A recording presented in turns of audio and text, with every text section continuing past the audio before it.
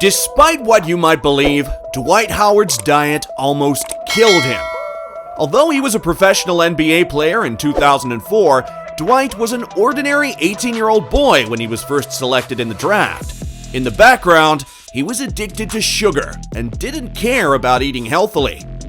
However, what initially appeared to be a harmless sweet craving by 2012 had become a deadly addiction.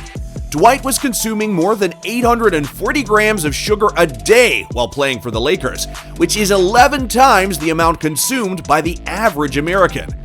All that candy was killing Dwight from the inside out.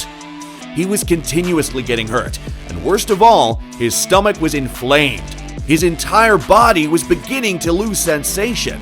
Even sitting down in this chair right now, it's causing my legs to go numb. This was a telltale warning sign of type 2 diabetes, so Dwight called a Lakers physician to get some advice.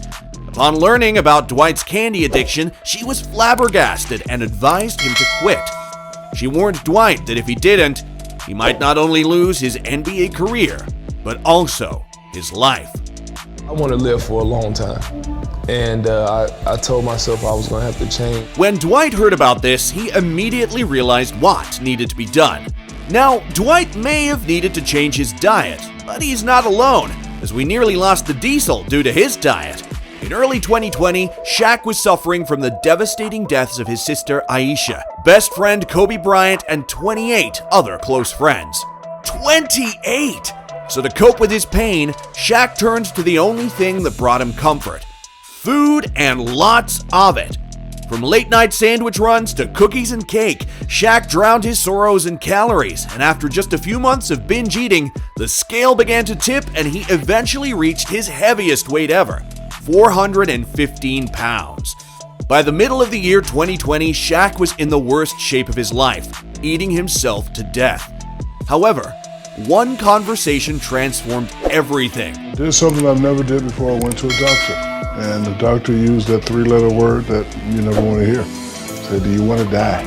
Oh yeah, Shaq revamped his diet, lost over 50 pounds, and gained a six-pack for the first time in over 15 years. So, it appears that the big man is here to stay. But, well, we can't say the same for Zion, who is currently eating himself out of the NBA. When he was drafted in 2019, he was already one of the heaviest players, weighing 285 pounds. So it was a formula for disaster when he arrived in New Orleans. This man Zion was double-fisting crab legs, and his weight ballooned to the point that not only did the Pelicans have to adjust their entire culinary practice, particularly for him, but his mother had to compel him to change his diet, stating, "All the sauce, bacon, that stuff, he can't have that. Instead, he's sticking to salmon." Holy Jesus, Mommy Zion, I don't think this diet is working. He's so super fat. In fact, it was rumored that Zion had gained almost 330 pounds throughout the 2021 season. To put things into perspective, this graphic displays the body mass index of every NBA player. We have DeMarcus Cousins at 28.2 points, Nikola Jokic at exactly 29 points, and Zion at 38.1 points. Zion is the only NBA player that is clinically obese, and he is also on the payroll of BallFlix. Zion will sit you down if you don't like and subscribe to BallFlix. You don't want that to happen, do you? What are you doing then? Subscribe now! Nonetheless, to make matters even worse, Skip Bayless reported Zion still likes to eat whole pizzas and wash them down with sugary soft drinks. If this man does not put down the fork, Zion will soon eat himself out of the league forever. Now, Zion may require a diet to remain in the NBA, whereas Michael Jordan needed his diet to win an NBA title. In the 1980s, Jordan's size was the only obstacle between him and his first championship.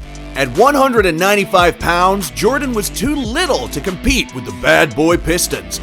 They eliminated him from the playoffs year after year. After being knocked from the playoffs for the third consecutive season, Jordan said, "I was getting brutally beaten up by the Pistons, and I wanted to start fighting back." During the offseason of 1999, Michael Jordan hired the best NBA trainer of all time Tim Grover to mold him into a champion by devising a diet that would forever alter his career. 5 modest meals every day with 70 grams of carbohydrates, 20 grams of fat, and 10 grams of protein. Jordan received the fuel he needed to lift 5 days a week and bulk up, and Grover's program was effective, as by the end of the summer, Jordan had gained 15 pounds and was now a Hulk. Consequently, Jordan became a bad boy during the 1991 NBA season, using his newfound strength to sweep the Pistons 4-0 in the playoffs en route to his first NBA title. It's funny how food can have such an impact, but that's not the only aspect that may have a significant effect on an NBA player's career. The people you associate with are just as essential. Some NBA players, unfortunately, get themselves involved with gangs, and the next thing you know, their career is over because they just killed someone. Hey guys, if you want to hear more about this, well then, check this video right here. NBA Most Embarrassing Moments. Because these NBA players have some embarrassing stories we've talked about.